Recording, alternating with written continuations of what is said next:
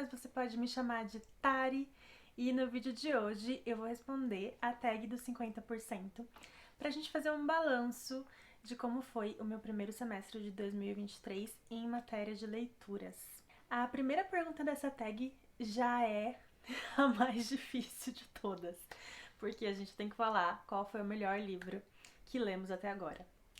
E eu pensei bastante no que responder nessa primeira pergunta, porque eu acho que eu tenho 4 livros 5 estrelas pra indicar, mas eu vou tentar obedecer as regras da tag e colocar só um livro por pergunta. O melhor livro que eu li até agora foi Ilíada. Eu fiquei me debatendo porque esse foi um livro que eu li muito paulatinamente. Eu comecei ela em 2021, acho que eu li os 4 primeiros cantos e fui fazendo anotações. Eu li bastante devagar porque eu queria realmente estudar a obra. E aí, em 2022, eu li mais um pouco, até a metade, e cheguei em 2023 com a metade faltando, né, pra acabar. E foi uma aventura incrível, eu adorei demais passar tanto tempo assim com essa obra e me apaixonei pelos personagens, por essa questão do mundo terreno ser influenciado pelo Olimpo e vice-versa. Eu acho que as descrições de batalhas daqui são, sinceramente, mais eletrizantes e violentas do que assistir Game of Thrones. E é belíssima a linguagem usada aqui. Claro que não é um livro para ser lido assim, como se fosse um passeio no parque. Você precisa realmente anotar, estudar, fazer de repente o seu próprio glossário de personagens, porque são muitos personagens. Mas vale a pena e também não é esse bicho de 7 cabeças todo. Quando você mergulha nele, você não consegue mais parar de ler e ele se torna, como eu disse, eletrizante. Então, o melhor livro que eu li até agora é Ilíada. A segunda pergunta é sobre a melhor continuação. Eu falei sobre esse livro desde que eu retornei aqui pro canal, num vlog, e depois falei sobre ele nas leituras de maio, que foi Anne de Avonlea, que é a continuação de Anne de Green Gables. Foi um livro que aqueceu demais meu coração. A gente reencontra essa personagem com 16 anos e ela continua totalmente inteligente e sagaz e tentando ajudar as pessoas ao redor dela de uma maneira muito bonita. A pergunta 3 é lançamento do primeiro semestre, que ainda não leu, mas quer muito. Tô aqui com uma colinha. Bom, esse foi A Última Casa da Rua Needless, da Katrina Ward. O livro foi lançado pela Jangada e a gente vai conhecer um personagem que vive nessa casa com a filha e com a gatinha deles. E ele vai estar envolvido aí numa trama, ele vai ser acusado de um crime. Eu já vi muitas pessoas na gringa falando muito bem desse livro, falando do quanto se surpreenderam e até mesmo que se emocionaram, então tô bastante curiosa para conferir. A quarta questão é o livro mais aguardado do segundo semestre. Eu não tô acompanhando tanto os lançamentos esse ano como eu costumo até dar uma olhada, mas o livro que eu tô mais, assim, ansiosíssima para que seja lançado logo vai ser lançado pela Amor Branco, que é Helena Sabe, da Cláudia Pinheiro. Ela é uma autora argentina. E esse livro é sobre uma mãe que tem a filha assassinada e a polícia não tá fazendo o melhor trabalho de acordo com ela, então é ela que decide investigar. Ela se torna aí uma mãe investigadora e dizem que é um livro que arrebata, que impacta muito. Então eu tô bastante curiosa e eu também tô devendo muito para os latino-americanos. Eu quero ler mais latinos-americanos esse ano e esse é um dos livros que eu tô mais curiosa para que saia logo por aqui. Eu vou dar uma invertida nas próximas perguntas e vocês vão entender o porquê. Primeiro eu vou falar sobre o livro que mais me surpreendeu no primeiro semestre. E esse livro foi O Iluminado, do Stephen King. Eu esperava gostar desse livro porque é uma história que sempre me atraiu, mas não esperava amar como eu amei. Eu me envolvi muito com essa história. eu fiquei super imersa e eu me apaixonei pelo Danny Torrance.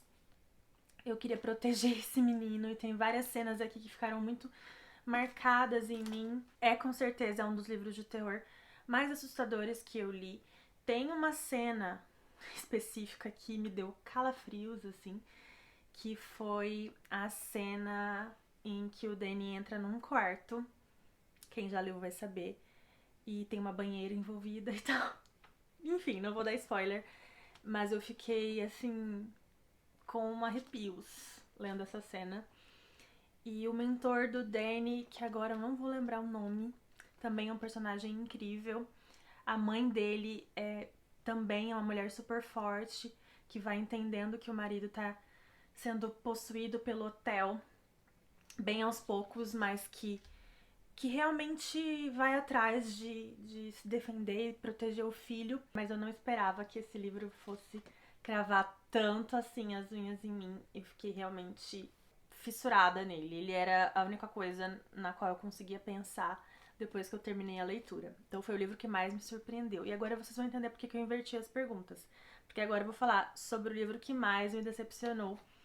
E esse livro foi a continuação do Iluminado, Doutor Sono.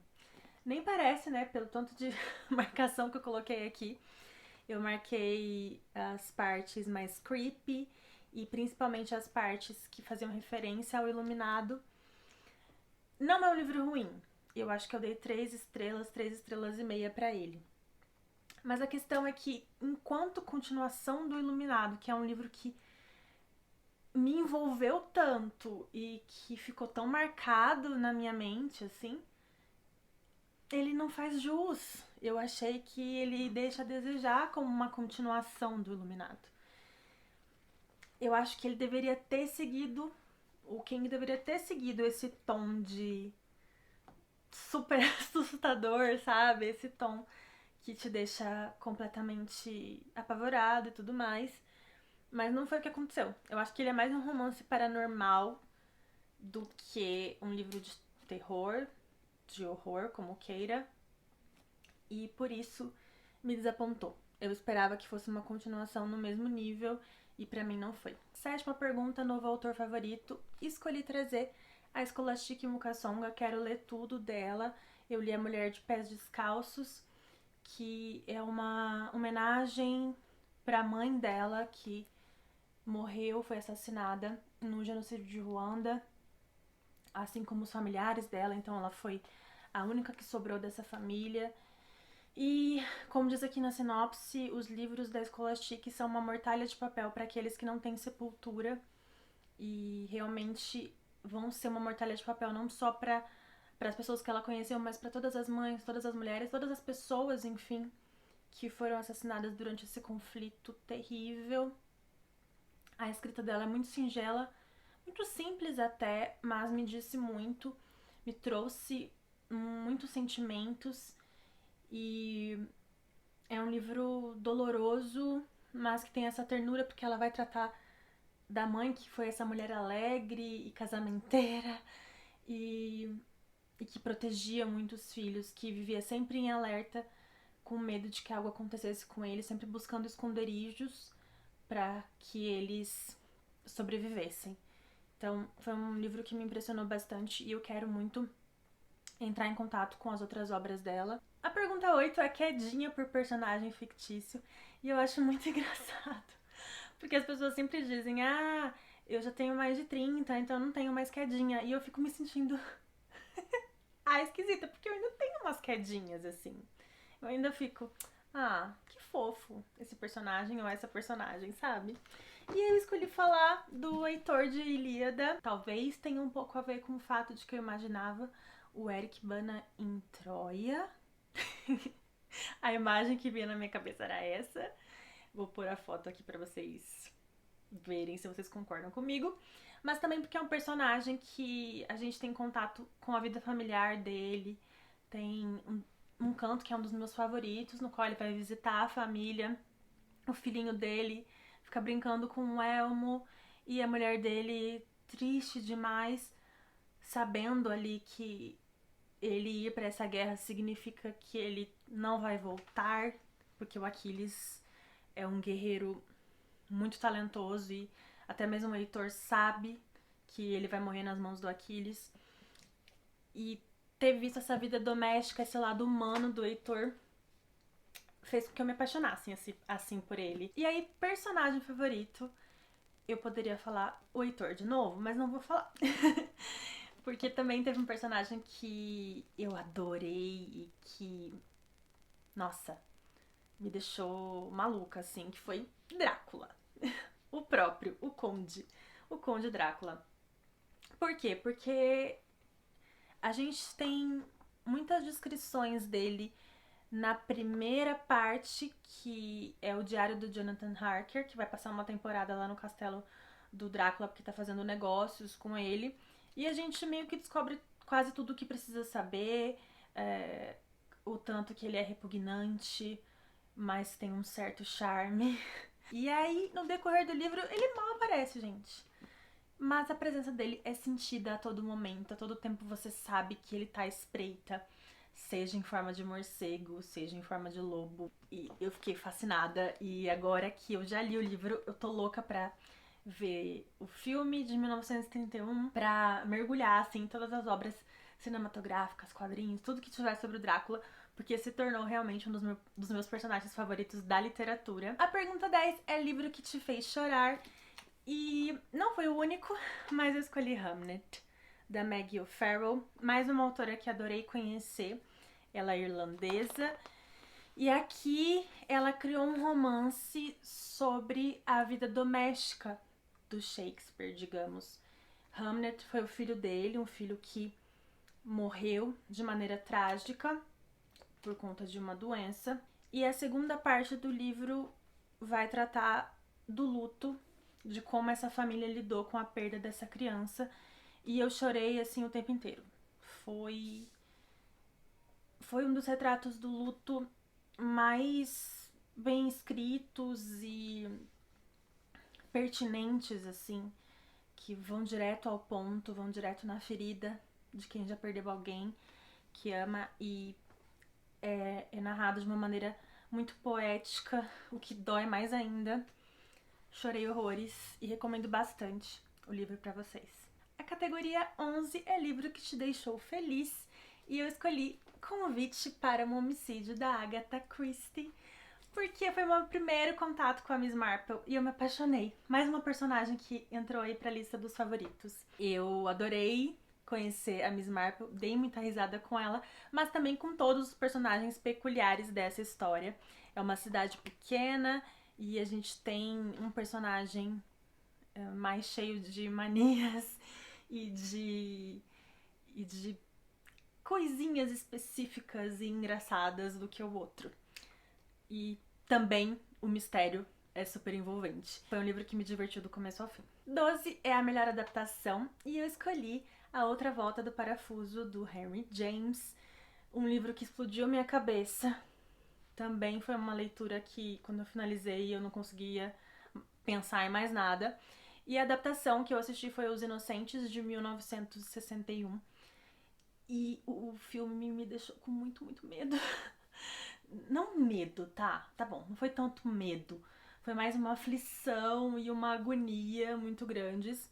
Eu gostei demais da atuação das crianças e da Deborah Carr, que faz a tutora ali, a preceptora das crianças. Não deixem de ver. É um filme em preto e branco, super bem atuado e super bem escrito. A adaptação é muito fiel e, nossa, realmente me marcou. 13, resenha favorita. Eu fiz poucas resenhas no Instagram esse ano, quero trazer aqui pro canal mais resenhas, ainda não consegui no primeiro semestre, mas vai rolar. Eu fiz uma resenha de Hamnet lá no Instagram, vou deixar o link aqui pra vocês conferirem. E dos meus colegas aqui no YouTube, eu gostei muito da resenha que a Ana Lu fez pra Como Se Fosse um Monstro, de uma autora brasileira, Fabiane Guimarães. Eu fiquei morrendo de vontade de ler o livro, ainda não comprei, mas vão lá conferir a resenha dela porque tá sensacional. 14, o livro mais bonito que comprou ou ganhou no primeiro semestre. E eu escolhi A Cor Púrpura, da Alice Walker. É um livro que eu amo de paixão, que com certeza é uma das leituras mais inesquecíveis que eu já fiz. E essa edição aqui em capa dura da José Olímpio tá muito linda. Eu fiquei apaixonada assim que eu abri no unboxing que eu gravei pra cá. Até a fonte dele tem a cor púrpura, não sei se vai dar pra ver, mas eu amei demais, eu achei belíssimo. E a última categoria é livros que quer ler até o fim do ano. Eu escolhi aqui 4 pra mostrar. O Caminho de Casa, da Yagi Azi, uma autora de Gana. E essa é uma saga familiar que começa no século XVIII, com 2 irmãs que estão separadas na África. Crime e Castigo, que eu tô prometendo ler, não sei, há uns 10 anos ou mais.